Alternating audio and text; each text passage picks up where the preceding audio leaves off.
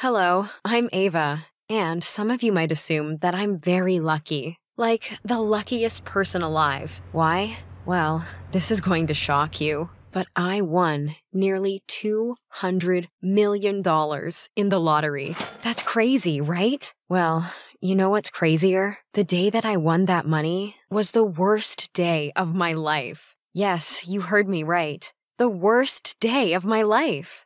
Because the moment that I won that money, my life became unbearable. You see, I used to live in a neighborhood with my mom, my sister, and my stepdad. I can't say things were perfect, but I used to be happy. Everything changed the day I found out my stepdad had been fired from his job. And, soon enough, we started getting last warnings on our bills, and even warning letters from our landlord. On the third rent due notice, we got evicted and kicked out of our own house. I wanted to cry that day, but I tried to stay strong for my family. I told them that I might have just enough money that we could survive on, and that they shouldn't worry. I then took out all the money I saved in my bank account, and realized that it could probably buy us an old trailer that we could live in. And that's exactly what happened. My stepdad thanked me and went off to look for a suitable trailer that we could all fit in. And in a few hours, we were living in a trailer park near an old dump. And just like that, the tuition money that I saved for months for college all disappeared overnight, forcing me to start from square one. It felt horrible, and it seemed like I was never going to get a chance to go to college. I felt tears starting to run down my cheeks, but I didn't want any of my family members to see that I was crying, so I wiped them away quickly. I excused myself and went out of the trailer for a walk. It felt like the more I walked, the more I thought about my problems. There was just no escape from it. As I was wandering the streets, I ran into a gas station nearby. I wanted to get something to drink from the store, and I saw a big sign that said, "A chance to win $200 million. I laughed sarcastically. Yeah, sure, I whispered to myself. Behind me stood an old lady who heard me. She said, "You never know, dear. Life is all about luck. You should get one." I didn't really believe her, but I was desperate. "2 tickets, please," I told the cashier. He handed them over, and I took one card, then gave the other to the old lady as a nice gesture. We left the store together, and she gave me her card and said that she doesn't have a TV and wouldn't be able to know if she won. So, she then gave me her address and said that if she had won anything, I can come over to her house and let her know. As I walked back home, my thoughts went back and forth in my head about what would happen if I actually won any type of money. It was a little fantasy, something to think about, just to ease my mind away from my troubles. When I made it home and opened the door, my sister, mom, and stepdad were all fighting. It looked like they had gotten themselves into another argument about money, but I was too tired to bother getting involved, and I simply went to bed. Days had passed, and I had almost forgotten about the lottery tickets, until one evening, I was reminded to check my numbers when my stepdad had the TV. It was a local news channel that talked about how the lottery money was yet to be claimed. They showed the numbers on the screen, and I pulled out my ticket. I wasn't very surprised that the numbers didn't match, and I crumbled it up, ready to move on, until I remembered the old lady's ticket, and pulled that out as well. When I went over the numbers, then went over them again, I felt like the room started to spin. The numbers matched perfectly. I quickly reached back into my pocket and fished out the paper that the lady wrote her address on. I wanted to rush over and tell her the news, but when I held the paper in my hand, I froze. $200 million. The thought kept running through my head. I looked around the trailer and thought even more about everything we could do with that money.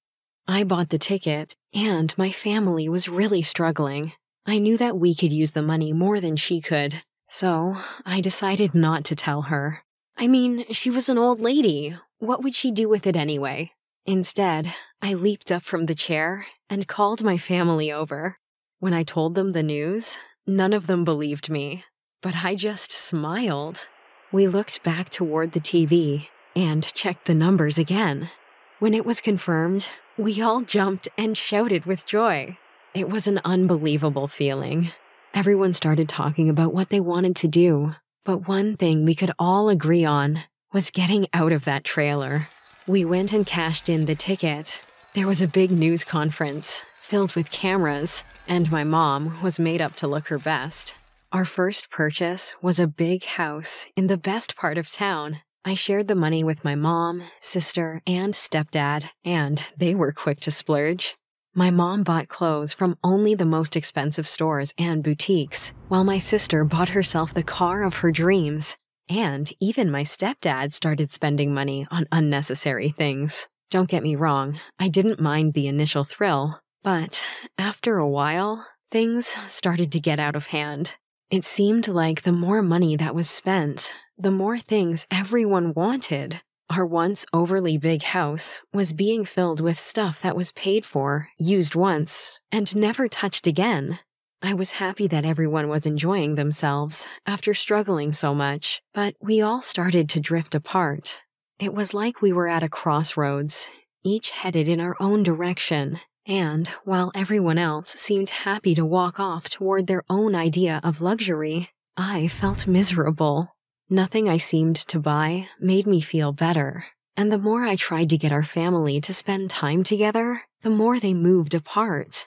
Whenever we were in the same room with each other, an argument would break out. In the end, I barely saw any of them anymore. I just wanted to feel the connection that we once had. That's when I got the biggest shock of my life. A couple of months passed, and my biological father showed up to the house. It had been so long that I barely recognized him. He seemed happy to see me and talked about how he missed being a family. He was really over the top and started talking about how he wanted to be in my life again. I was so angry when I saw his face. I remembered the day he walked away from us, leaving me, my sister, and our mom to struggle alone because, and I quote, "I didn't sign up for this. I never even wanted kids." I told him if he didn't want us then, he's not going to be in my life now, and slammed the door on his stunned face. For the rest of the day, I felt an emptiness fill me.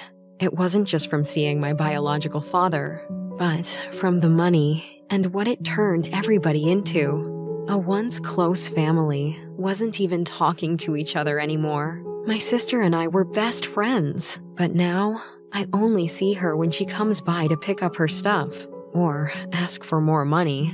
My stepdad isn't the same hard worker that he used to be either. Now he spends his time wasting away on the couch, isolating himself from everything but the television. And even though my mother was never the kindest or the most caring person, now she's even worse. She doesn't even try to hide the fact that she's only interested in the family for as long as it can benefit her. She spent more money than everyone else, and she's become more spoiled. Sadly, I am not any better. I always thought that I wanted to be better than my mom, but when the money came, I realized that I was similar. I started becoming more materialistic. I began buying things I didn't need, and I started caring about what people think about me. The worst part of all was that I even gave up on my education. When I really thought about it, it made me sick. Finally, it hit me. The money wasn't even mine in the first place. After all this time, I remembered the old lady and how the ticket was hers, how she was the reason that I bought the ticket after all. Feeling that my mind was made up, I decided to find her. I remembered her address and got dressed to go see her. When I made it to her house, it was small and looked a little worn out, but it was also peaceful. I knocked on the door, and there she was. I explained to her what happened with the tickets that I bought and was ready to apologize, but, to my surprise, she told me that she didn't remember. She saw the confusion on my face and politely invited me inside, and there I saw her family. She introduced me to her children. She had 2 sons and a daughter, and they introduced me to their kids. They all welcomed me with a smile, a complete stranger, and they didn't look put off. I explained to them how I met their mom, and they seemed to all realize what happened. She had Alzheimer's, and it was starting to reach the late stages. Her kids came home to help their mom and brought their families so that she could feel comfortable since their father had passed a long time ago. I came to thank her and share the money with her, but without me even offering them any money, they treated me kindly and invited me to dinner. I was hesitant, but I missed having family dinners, so I decided to stay. It was one of the best nights I've had in a very long time. We laughed, shared stories, and played games together. The family didn't have much, but they were happy. It reminded me of what I used to have. So, after the sun started to go down, and I started to leave, I turned and told her and her kids my plan to give them a majority share of the money. I wrote each one of them a check and handed them out. They were shocked, then overjoyed. They all laughed and smiled. I thanked the lady one more time and walked away. On my way home, I called up my family and told them to meet me. By the time I arrived, they were there. I walked in and saw them arguing again. At that point, I didn't want to waste any more time. I calmed them down and jumped straight into what I did. Their reaction went from shocked to screaming to anger, but I didn't back down. I explained that the money was ruining us, how it was like we weren't even a family anymore. There was just enough for each of us to live comfortably, and I understood if they were angry with me. After that, I walked away. It took a couple of days, but eventually, my family seemed to realize the same thing I did. My sister was the first to come around, then my stepdad. My mom, on the other hand, rarely ever spoke to me again. Her and my stepdad got divorced, and she moved into her own place. Though I was disappointed, I kind of figured she would feel that way. After a while, it seemed like I was getting my family back.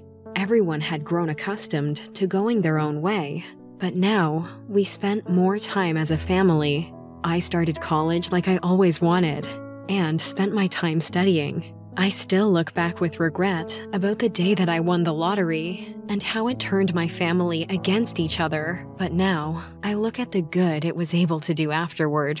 How I was able to help a family that wasn't my own, how I was able to go back to school, and how I was able to see what really matters: family, not money.